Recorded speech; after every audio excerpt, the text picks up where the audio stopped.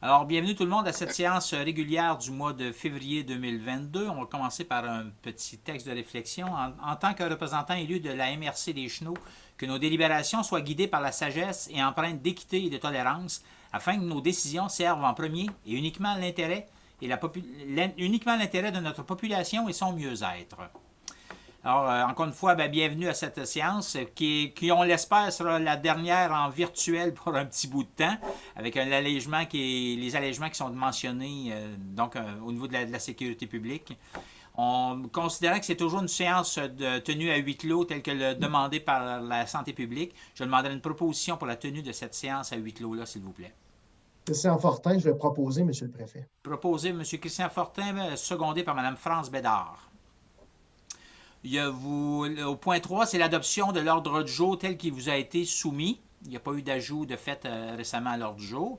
Proposé par M. Christian Gendron. Je Oui. proposerais, mais en reportant le point 5A, on pourrait reporter ce qu'il faut le mentionner maintenant. Oui, ce serait bien peut-être à ce moment-là, effectivement, parce que je ne sais pas s'il a été rendu public, mais oui, on doit reporter le point 5A, octroi d'un contrat de travail à durée déterminée à M. Benoît Ferland. Fait qu'avec cette modification-là, vous en faites la proposition. Oui. Parfait. C'est appuyé par Je seconde. Daniel M. Hull. Daniel Hull. Au point 4, adoption du procès-verbal de la séance ordinaire du 19 janvier 2022. Est-ce que vous en avez pris connaissance? Et si oui, est-ce qu'il était fidèle à l'esprit de nos discussions? Guy Simon, je le propose et avec dispense de lecture. Proposé par M. Guy Simon, appuyé par M. Christian Gendron. Merci beaucoup. Au point 5, la gestion du personnel, M. Simon. Oui, 5B, conditions de travail du personnel cadre. Ce qui a été discuté au niveau du comité de ressources humaines et ce qui est proposé, c'est d'octroyer 1,5 d'augmentation ou d'indexation à l'ensemble du personnel cadre pour rétroactivement au 1er janvier 2022. Donc, c'est un processus qu'on avait utilisé l'an dernier et qu'on suggère encore cette année. Si vous êtes d'accord à ce moment-là avec cette proposition-là, ça prendrait un proposeur secondaire. Proposé par M. Luc Dostalaire, appuyé par M. Est-ce que c'est M. Pellerin que j'ai cru voir brandir la main? Oui, ça va. Parfait. M. Pellerin, votre micro est désactivé. C'est le seul point concernant la gestion du personnel? Oui, ça va. Parfait. Au point 6, en finance, la liste des chèques émis et autres sommes déboursées. Est-ce que vous avez des questions sur ces points-là? S'il n'y a pas de questions, quelqu'un a fait la proposition? Daniel Hull, je propose. M. Daniel Hull, appuyé par M. Luc Pellerin. Au point B, politique de soutien aux municipalités dans le cadre de l'aide financière accordée au MRC dans le cadre du contexte de la pandémie COVID-19. C'est une demande de la municipalité de Saint-Stanislas. La demande a été analysée par le comité de développement territoire qui en fait la recommandation. L'ensemble des dépenses sont tout à fait conformes à la politique en vigueur. Il y a donc une recommandation positive. Ça prendrait une résolution pour accepter cette... Christian Fortin, je vais proposer, Monsieur le Préfet. Donc, parfait. Donc, M. Christian Fortin, appuyé par M. Gérard Bruno. Il y a eu plusieurs voix qui sont arrivées en stéréo. Au point C, la politique d'acquisition d'œuvres d'art de la MRC des Chenaux, M. Fortin. Oui, bien sûr, le comité de sélection s'est réuni. On a eu quelques propositions et on vous recommande 8 œuvres qui ont été présentées. Et on propose une œuvre de M. Raymond Cahouette, excusez-moi, je cherchais le nom, que vous avez dans vos documentations. Fait que pour un montant de 900 taxes incluses. Voilà, c'est une belle œuvre qui représente bien notre MRC. Et voilà, fait que notre collection s'agrandit avec les années. Fait que voilà, on en fait une recommandation au conseil de la MRC. Super, c'est effectivement une très belle œuvre qui est choisie par les membres du comité. Alors, bravo. Ça prendrait une résolution pour procéder à l'acquisition de cette œuvre d'art. Mme France Bédard en fait la proposition, appuyée par M. Christian Gendron. Au point D, la déclaration de compétences en matière de prévention incendie et de formation pour les pompiers. Vous vous souvenez que la MRC avait déclaré sa compétence au-delà, à la suite du délai de 90 jours que les municipalités avaient pour contester cette compétence-là. Je pense qu'il n'y a eu aucune municipalité qui s'est désistée. Alors, ça prendrait une résolution pour déclarer formellement la compétence. C'est un règlement, en fait, qui vient préciser. Fait qu'on n'a pas besoin de l'adopter, hein, je pense, M. Bellamy. En fait, oui, on va adopter une résolution, puis le point qui suit, on va mettre sur pied un règlement qui va encadrer cette décision-là. Dans le fond, notre résolution vient confirmer que les municipalités vont adhérer à la compétence. Parfait. Donc, une proposée par M. Christian Gendron et appuyée par M. Luc Dostalaire. J'appuie, Luc Dostalaire. Merci. Donc, au point E, c'est l'avis de motion et le dépôt du projet de règlement qui vous a été soumis pour analyse. Quelqu'un donnerait avis de motion pour le dépôt du règlement? M. Gérard Bruno donne avis de motion. Au point F, l'avis de motion et dépôt du projet de règlement concernant décrétant une dépense et un emprunt de 769 913 $ pour l'achat d'un ou deux camions pour la collecte automatique des déchets. Alors, on est rendu au stade où on doit penser au renouvellement de notre flotte de véhicules pour la collecte et le transport des déchets. Et on avait parlé initialement peut-être d'un camion, mais suite aux discussions, on aurait plus tendance à penser que ce serait très avantageux d'y aller pour deux, considérant les délais de livraison. Si c'est toujours le cas, voilà, si c'est toujours conforme à votre volonté, ça demanderait une proposition pour oui, M. Christian Fortin. Oui, j'en fais l'avis de motion avec dispense de lecture et dépôt du projet de règlement. Excellent. Donc, c'est appuyé par M. Luc Pédrin. Au point G, acquisition d'un véhicule électrique, en fait, on penserait plutôt à l'acquisition de 2 véhicules électriques qui seraient rendus disponibles pour le personnel qui doit travailler sur la route. On pense au personnel d'évaluation, préventionniste incendie, des gens il y a au moins 4 professionnels qui sont d'une façon très constante sur la route. Alors, la vision du conseil de la MRC serait de favoriser, de donner un exemple concret qu'on veut contrer les gaz à effet de serre, avoir une pratique plus écologique, puis en même temps, on espère une économie aussi à long terme, et ça permet donc d'afficher les couleurs de la MRC au niveau du territoire là-dessus. Ce serait donc M. Barry peut-être donner les détails en lien avec le véhicule qui serait recommandé par le comité en place, finalement. Oui, on est allé en appel de proposition auprès des concessionnaires automobiles de la MRC des Chenaux et de la Mauricie. Donc, on a obtenu plutôt 5 propositions de divers véhicules. Donc, pour une question de rapidité de livraison, parce qu'on sait que ça peut être long avant d'obtenir les véhicules lorsqu'on les commande, et aussi rapport qualité-prix, on recommanderait l'achat de 2 véhicules de marque Kia Niro 2022, donc à 42 432,85 $ taxes incluses, x2, dans le fond, pour les 2 véhicules. Parfait. Est-ce qu'il y a des points là-dessus que vous voulez amener? Sinon, est-ce que quelqu'un fait la proposition? Mme France Bédard fait la proposition, appuyée par M. Luc Dostalaire. J'appuie, merci. Est-ce que quelqu'un demande le vote? C'est donc adopté à l'unanimité. Au point H, politique de soutien aux municipalités dans le cadre de l'aide financière accordée au MRC dans le contexte de la pandémie de COVID-19. C'est une demande de la municipalité de Saint-Maurice.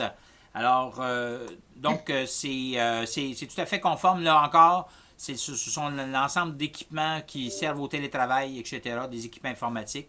Fait que, oui, est-ce que c'est une question ou une proposition, Mme Rompré? Proposition. Mme Rompré fait la proposition, appuyée par? Christian Fortin, je vais appuyer. M. Christian Fortin. Au point I, le circuit des murales, c'est l'octroi du contrat pour la réalisation de la murale située à Saint-Luc-de-Vincennes. Vous vous rappellerez que le comité culturel avait déposé un projet visant la réalisation de murales. On commence avec 3 cette année, peut-être une 4e en fonction des disponibilités budgétaires. Donc, voilà. Je ne sais pas si M. Fortin aurait peut-être le goût d'ajouter des... Écoutez, on a eu des propositions. Le comité de sélection s'est réuni, dont moi-même et M. le préfet faisons partie de ce comité. Et on recommande il y a 3 sites qui ont été choisis, Saint-Luc, Saint-Geneviève-de-Batiscan et la municipalité de Batiscan. Les municipalités ont été consultées dans ces choix-là et on a eu l'accord des milieux d'aller de l'avant. Fait qu'on serait rendu à l'octroi des mandats là, de façon individuelle des 3, parce que c'est des artistes qui vont faire ces mandats-là. Voilà. Fait qu'on est rendu à l'octroi des mandats, si on veut. Merveilleux. Donc, le premier, c'est pour une murale située à Saint-Luc-de-Vincennes, donc à proximité des bureaux de la MRC, sur le bâtiment municipal qui est là. Fait que ça prendrait une proposition pour l'octroi de ce contrat-là, s'il vous plaît. Et Simon, je le propose. Monsieur Guy Simon, puis j'ai vu Monsieur Bruno lever la main pour l'appuyer. Le deuxième, c'est pour une murale située à Batiscan sur l'immeuble Le Hangar. Sainte-Geneviève de Batiscan. Sainte-Geneviève, je m'excuse. Sur les rampes de mise à l'eau. En fait, un beau projet qui va présenter l'évolution de Sainte-Geneviève dans l'histoire et tout ça. Fait que, très intéressant. Quelqu'un a fait la proposition? Daniel Hull, je propose. Donc, 2 secondes. Parfait. Bon, Christian Fortin a fait la proposition appuyée par Daniel Hull. Et le troisième, situé à Batiscan, c'est sur le hangar, donc sur le quai, une magnifique œuvre d'un bateau sur le fleuve, finalement, quelque chose de très bien aussi, d'une certaine façon. Quelqu'un il en ferait la proposition? France Bédard. Luc Dostaler qui avait levé la main un peu, mais tout de suite après, Mme France Bédard s'est prononcée. Au point L, le service de transport des personnes, l'adoption du budget 2022 du volet du transport adapté. M. Barry? Oui, depuis le 1er janvier 2022, nous sommes responsables du transport des personnes, autant le volet collectif qu'adapté. Et pour obtenir la subvention là, du ministère du Transport, on doit voter le budget. Auparavant, chaque municipalité votait ce budget-là individuellement, mais maintenant que la compétence a été cédée à la MRC, ça prend simplement une résolution de la MRC. Chaque municipalité a été informée là, des sommes qui vont être chargées pour le volet adapté. Donc, ça prendrait simplement une résolution pour adopter ce budget. Excellent. Fait que donc, Mme Suzanne Rompé a fait la proposition. C'est appuyé par? Et Simon, je l'appuie. M. Simon. Voilà. Au point M, c'est la contribution de la municipalité de Saint-Étienne-des-Grès pour le service de transport adapté, parce qu'avant ça, Saint-Étienne passait un contrat directement avec le TAC des Chenaux, donc il reconduirait l'entente cette fois-ci avec la MRC.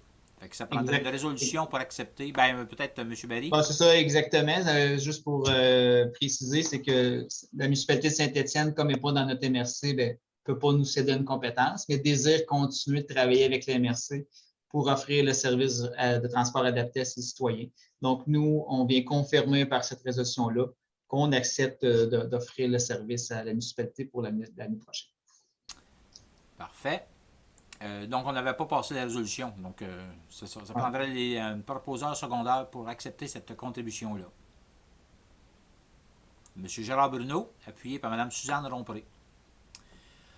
Dans l'aménagement et le développement du territoire, dans la conformité, on a la municipalité de Batiscan, une modification au plan d'urbanisme pour les grandes affectations du sol qui sont modifiées pour agrandir l'affectation forestière, l'affectation agroforestière, même l'entièreté de l'affectation industrielle composée de plusieurs terrains se trouvant le long de la route de la station. C'est recommandé positivement par M. Lesage. Est-ce qu'on a besoin de passer une résolution là-dessus, M. Barry? Oui, chaque conformité, on en a 3, on devra passer une résolution pour chacune. Parfait. C'est une erreur de cartographie dans ce dossier-là, fait que la municipalité a corrigé son plan d'urbanisme. Voilà. Et sa cartographie. Merveilleux. Donc, quelqu'un a fait la proposition? Je propose. Appuyé par M. Christian Gendron. La deuxième, c'est pour la municipalité de Saint-Narcisse, une modification du règlement de zonage 2009-05-438 qui vise à modifier l'article 8.2 concernant les bâtiments accessoires. Plus particulièrement, ce règlement vise à déterminer les superficies d'occupation d'un terrain par rapport à la superficie totale de celui-ci. C'est la superficie d'occupation d'un bâtiment par rapport à la superficie totale du terrain qu'on vient modifier. Donc, c'est les grandeurs de garage, finalement, qui sont modulées en fonction des grandeurs de terrain. Fait que c'est aussi conforme selon notre directeur de l'aménagement. Quelqu'un a fait la proposition. M. Christian Fortin a fait la proposition, appuyé par Mme France Bédard. Et le troisième, donc la municipalité de Sainte-Geneviève-de-Batiscan, c'est une modification du règlement numéro 310-19-01-09 qui est intitulé Règlement de zonage, qui est modifié à son article 9.3, donc les revêtements extérieurs pour les usages autres que résidentiels. On ajoute donc les membranes de polyéthylène pour recouvrir les structures d'acier sur les terrains d'usage services et ateliers artisanal. Sous-groupe B pour l'incidence moyenne. Ce type de structure n'est autorisé que dans les zones 200 à 233. En fait, c'est pour les bâtiments, les mégadômes, je pense, qui sont permis à ce moment-là dans certaines zones au niveau agricole et industriel. Effectivement. Après, je propose. Madame Suzanne Rompré a fait la proposition, appuyée par Guy Simon, j'appuie. Monsieur Simon. Dans les réglementations sur les territoires contigus, il n'y en a pas. On a une demande de prolongation de délai et d'une aide financière supplémentaire au ministère de l'Environnement, de la lutte contre les changements climatiques. Je cherchais l'abréviation. Donc, pour l'élaboration du plan régional des milieux humides et hydriques, notre directeur de l'aménagement nous a mentionné qu'effectivement, il y avait besoin de plus de temps. En fait, l'organisme de bassin versant, la SAMBA, a besoin de plus de temps pour réaliser le plan régional des milieux humides et hydriques. Fait que, donc, ce serait de faire une demande au ministère là-dessus. Vous êtes d'accord? Si c'est le cas, ça prendrait une proposition pour le faire, s'il vous plaît. France Bédard. France Bédard, appuyé par Monsieur Luc Pellerin. Merci. Dans les rapports, il y a certains rapports qui vous ont été fournis. Donc, le rapport du directeur général, je ne sais pas si vous voulez, si vous avez des questions là-dessus. Je remercie notre directeur général de nous partager effectivement les points de son quotidien. Les représentants d'Énercycle. Oui, peut-être quelques petits points. Dire que vous avez peut-être vu là, passer que Énercycle était parti en appel d'offres concernant les bacs bruns. Donc, ça démontre que le projet continue. On n'en entend pas encore beaucoup parler, mais je peux vous dire que nécessairement, ça suit son cours. Tout ce qu'il y a en lien avec la troisième voie. Probablement qu'au courant des prochains mois, il y aura des précisions plus importantes à donner, mais c'est déjà un pas dans la bonne direction. Peut-être, je voudrais juste vous parler aussi que on a eu dernièrement un reportage à la télévision qui a parlé là, de la mauvaise qualité de la matière qui sortait de certains centres de tri. Je me veux, dans le fond, rassurant envers vous, les maires, et peut-être les gens qui vont regarder, dans le sens de dire plus spécifiquement, je pourrais en parler très longtemps de ce reportage-là, mais juste vous dire que le centre de tri de Saint-Étienne vend la très grande majorité de ses matériaux en Amérique du Nord et au Canada et même au Québec. Là, on a beaucoup de choses qui sont ici. Donc, on parle du métal, du carton, du plastique, le verre, tout ça. Donc, oui, on a encore des papiers mix qui sont expédiés dans les marchés asiatiques, mais ils ont parlé beaucoup là, du pourcentage de qualité. On n'a pas des ballots là, qui ont des 30 d'impureté. Donc, on est en deçà de 5 Puis, on travaille fort là, pour continuer de développer les quelques marchés qui nous manquent pour que ça reste au Québec. Alors, je voulais faire cette petite précision-là, de dire là, qu'on avait un bon centre de tri, qu'on travaille présentement sur un beau projet de modernisation aussi pour tenter d'améliorer encore une fois la qualité du matériel. Et puis que c'est des choses, là, encore une fois, qui vont évoluer dans les prochains mois. Puis il y aurait, semble-t-il, aussi des projets en développement pour la récupération des bouteilles de vin. Là. Il y a quelque chose qui s'en vient. Oui, projet pilote avec la SAC, en collaboration avec la SAC, qui est développé à Trois-Rivières. Et puis, bon, on verra pour voir s'il ne pourrait pas avoir d'autres points de dépôt. C'est quelque chose que les citoyens nous parlent aussi. Là, puis ça permet d'avoir on sait que le problème avec le verre, c'est souvent qui va être contaminé par des petits morceaux de papier ou des petits morceaux de plastique. En le récupérant comme ça à la source, bien, ça permettra là, d'encore plus facilement le réutiliser.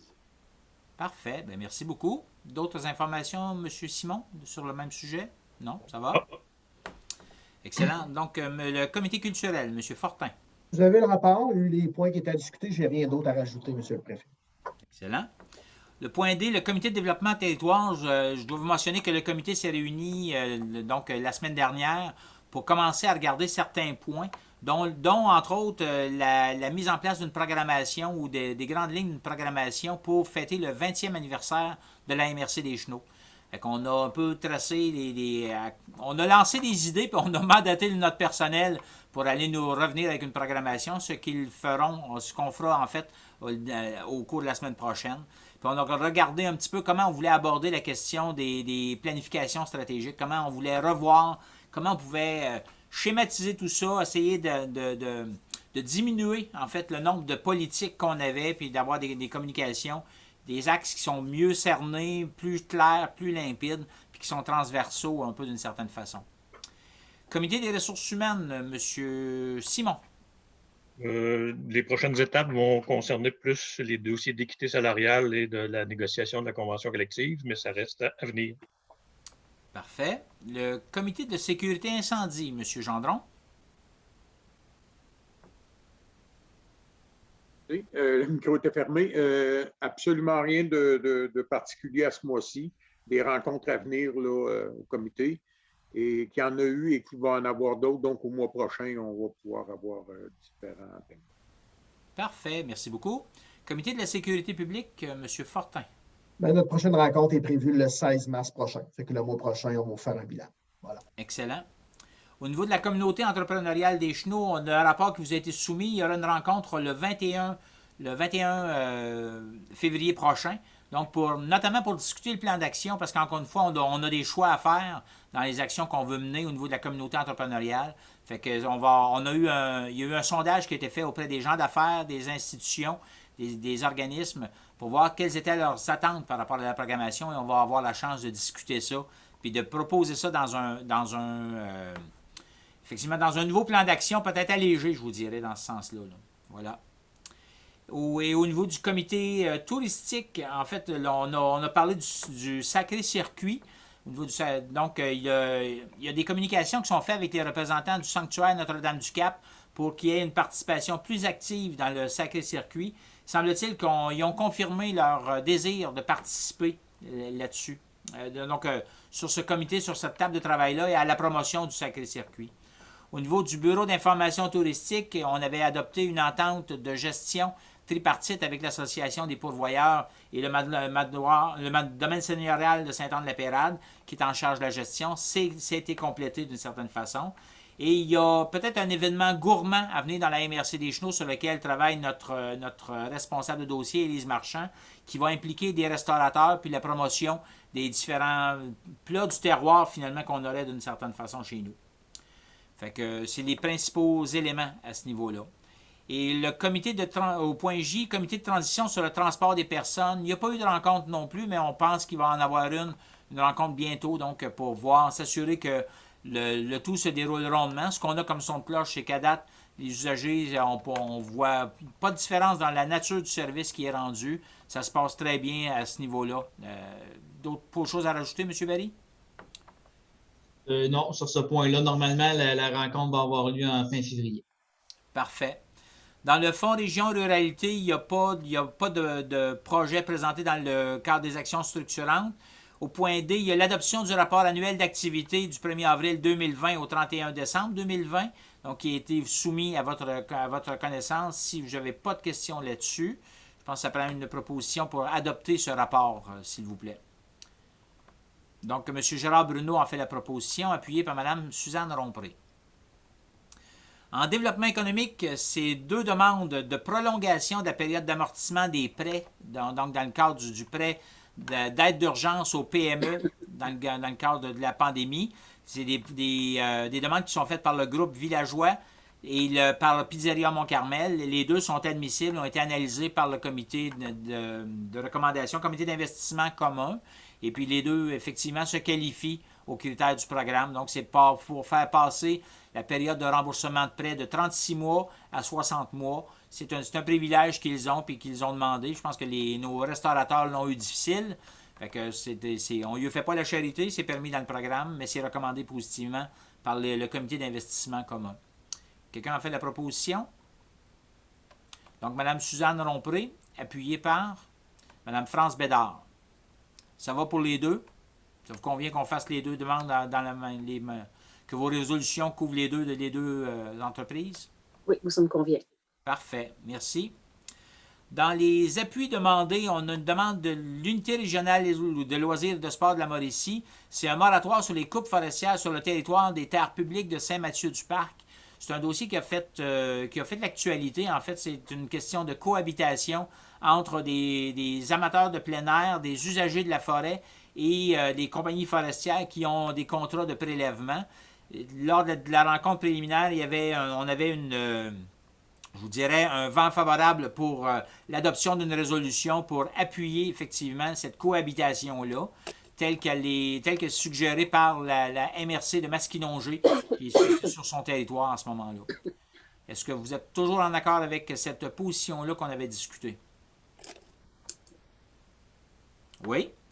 Oui, Si c'est je le cas, propose. parfait. M. Guy Simon a fait la proposition. Appuyé par M. Luc Pellerin. Dans la correspondance déposée de la Commission municipale du Québec pour un audit de conformité sur nos états financiers. Et autre sujet, c'est la loi numéro 103. C'est une loi qui modifie diverses dispositions législatives, principalement à des fins d'allègement administratif. Il y a des éléments en lien avec les demandes d'exclusion de la zone agricole pour des développements de municipalités qui, normalement, dans la façon dont ils sont libellés dans la loi, sont analysés à l'échelle d'une MRC, sont priorisés à l'échelle d'une MRC au complet. Alors, on pense que cette façon-là de faire n'est pas conforme à nos besoins, surtout dans les petits milieux ruraux. Donc, notre directeur général a retravaillé un projet de résolution, laquelle invite la Commission à peut-être avoir une loi à 2 niveaux. Donc, les enjeux à l'extérieur des milieux urbains et les enjeux en territoires ruraux ne sont pas les mêmes, ne doivent pas être analysés avec la même façon. Fait que si vous êtes en accord là-dessus, ben on amènerait ça, on pousserait ça vers notre député, vers les différentes commissions de la Fédération québécoise des municipalités pour réouvrir le débat sur cette question-là. Je pense qu'il y a des enjeux importants.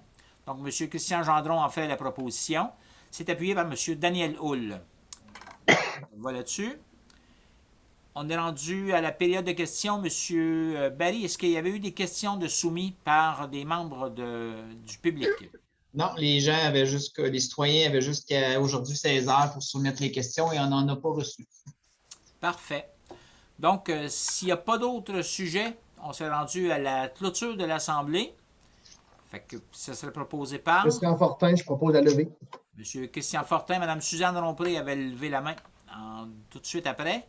Alors, merci beaucoup tout le monde de votre participation et on peut compter sur le fait que la prochaine séance aura lieu en présence le 3e mercredi du mois de mars à la MRC des Chenaux. Merci tout le monde. Bonne soirée à tous. Bonne soirée. Bonne soirée.